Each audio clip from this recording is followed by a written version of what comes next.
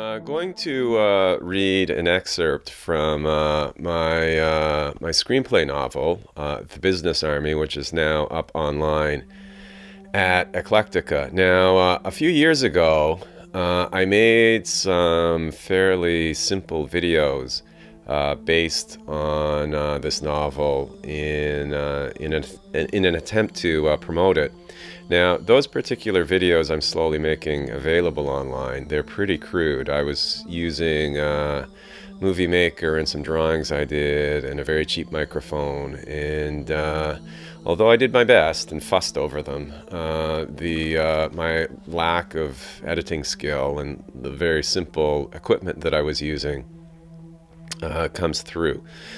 So hopefully the sound on this version will be better, and then I'll experiment with adding good visuals and so forth later. Cut to interior, a diner in New York City. A few patrons are seated in booths or at the main counter. A dark-haired, middle-aged but still rather pretty waitress serves coffee and toast. SFX, FDR's speech muted in the background. SFX, the door opening with a tinkle. A pudgy, ruddy-faced man enters. He wears a dark three-piece suit and a pork pie hat. The pudgy man sits at the counter. Waitress, hi there. Man, neutrally, hello. Waitress, what can I get you? Man, bacon, eggs, toast, and cream coffee sound good. Waitress, how do you want those eggs? Man, sunny side up. Beat, noticing the radio. Listen, would you turn that up? Waitress, what? Man, the radio. Waitress, you're a Roosevelt man? Man, with a derisive chuckle. Hardly, but I want to hear what he has to say. The waitress turns up the radio. As she does, she turns her back to the portly man who can now view her from behind. The waitress brings a cup of coffee to the pudgy man. Waitress, here you go. Eggs and bacon'll just be a sec. Man, don't forget the toast. Waitress, right, and toast. Man, with a suggestive smile. Do you know why they call it toast? The waitress looks at him blankly. Man, going for the punchline, because it's warm on both sides. The waitress simply keeps looking at the pudgy man, her expression remaining inexpressive, as if she's expecting more. Then, it suddenly sinks in for her this is a joke. She laughs raucously. We can see a close-up of her mouth, its large, essentially healthy but nicotine-stained teeth, its gums. She looks more directly at the pudgy man. He looks directly back, his smile now slower, more calculating and confident. Interior, the Oval Office, morning. It is 3 days after the inauguration. Roosevelt sits behind his desk surrounded by advisors including Lou Douglas, Rexford Tugwell, Ray Moley, Lewis Howe, and James Farley. Roosevelt, we have to stop this bleeding of the banks. Lou Douglas, we could create our own banks. Roosevelt, how do you mean? Ray Moley, cutting in. We could create a national chain of banks. They would be backed by government-issued bonds. People would have a guarantee their savings are secure. James Farley, we can't do that. That would be equivalent to nationalizing the current system. Rexford Tugwell, so? Farley, the people won't have it. Not the businessmen and the professional folk, the doctors and the accountants and whatnot. This is a country built on enterprise, not government interference. Tugwell, the people and those who don't just include the, quote, doctors and accountants and whatnot, have suffered through 3 years of do-nothingism at the federal level. What good is waiting for enterprise if the system is just plain broke? Farley, it's not broke. Just give people time to realize new days are on the horizon. Tugwell, governments don't wait for new days. They create them. Roosevelt, all right, that's enough. It's clear that we have to do something, and do it promptly. In several states, the banking system is on the verge of collapse. Farley, not without exasperation. Okay, fine. Let's resolve to save the system.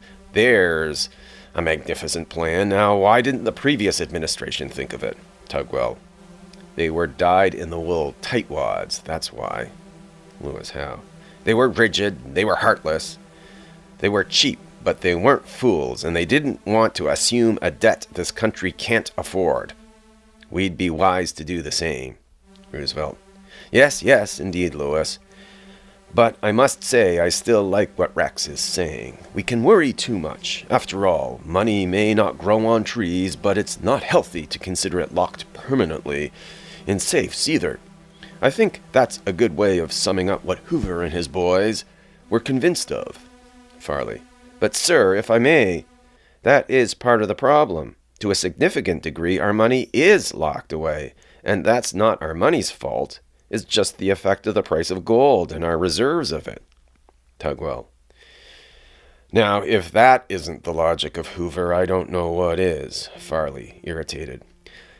I'd appreciate it, Tugwell, if you stopped saying I'm a Hoover man. I sweated for this ticket just as much as you did. Tugwell, aiming to mollify without conceding the argument. We all appreciate that, Jimmy, believe me. No one appreciates your ability to help in a campaign more than I do. But let's be frank, the gold standard is just that, a standard. It's not fixed in stone. There are other ways of doing things. Farley, suspiciously. Well, such as? Tugwell. Well, let's just move off the standard altogether. The sky won't fall. And doing so will give us more immediate capital to do the things we should immediately do. Farley. Oh, swell. That's just marvelous. And let's just knock down the churches while we're at it. How? You're starting to lay it on pretty thick, Jimmy. Farley. No, I'm not. You just wait. Sure, we can sell this to the common people. They want help. They need it. I understand that. But we have to think of the businessmen, too. The gold standard is important to them. It keeps the dollar's value steady. Let's remain mindful of that. How? The businessmen might find the idea a bit of a shock at first, but they'll get used to it. After all, in the long run, it will fill their pockets too. Farley, emotionally. Sure, and that sounds so fine and logical, but I'm telling you, it's not how it is. How, phlegmatically. Well, time will tell, and remember what Rexford said. When you're in government, you can begin to think differently. You don't have to just sit there and wait. You can create a new day. Farley, still upset. Sure, and that's old dandy. But I'm telling you, Lewis, not everyone thinks the way you do. Interior, the Oval Office, sometime later. All of Roosevelt's aides have left, save Ray Moley. Roosevelt, with a smile. You were uncharacteristically quiet at the meeting, Ray. Cat got your tongue? Moley, without meeting Roosevelt's eyes. No, sir, it's not that. Beat. Roosevelt. Well? Moley. Well, Farley is a fixer, not a policy man. We both know that. Roosevelt waits. Moley. But he's got a point. We're heading somewhere new. This is unknown territory we're entering. Roosevelt. What? The bank holiday? Moley. No, sir, not that. Roosevelt, the penny dropping. Oh, I see. Well, I wouldn't worry about it unduly. After all, Ramsey Clark's people are thinking along the same lines. Moley. I realize that, sir. Roosevelt, with a grin. Oh, how you're worrying so. Really, we're trying to help the dollar, not destroy it. Moley can only look at Roosevelt helplessly. Interior, a country club, where DuPont, Morgan, etc. Previously met. Afternoon. DuPont, spitefully. That man! How did he get into power? Knudsen. Well, let's be fair. The nation is in crisis. Things have to be done. DuPont. He's meddling in the natural evolution of the marketplace.